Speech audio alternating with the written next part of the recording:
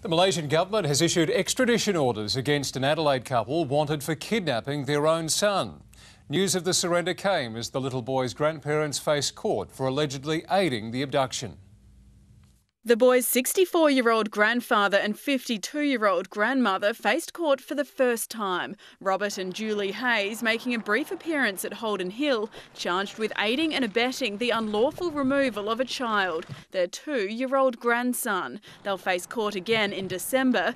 Authorities had taken the little boy from his parents and placed him with his grandparents, but it's alleged in August they handed them back and gave the couple a 24-hour head start to flee the country before notifying police. Police tracked the family to Malaysia and the parents were arrested in Penang. Since the removal of the child from Australia, it's been an extremely delicate and sensitive matter.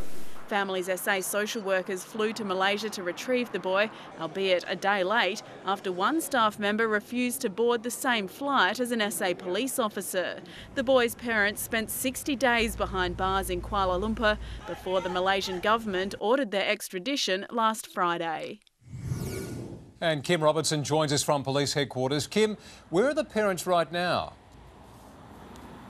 Well, Brenton, both the Federal Attorney General's Department and South Australian Police have refused to answer our questions today on exactly where the couple is. Now, what they have said is that they're not prepared to comment on an operational matter, which could suggest that the extradition is still underway. Now, what we do know is that the couple have not appeared in court here in Adelaide, but when they do, they'll be expected to answer a charge of unlawfully removing their child.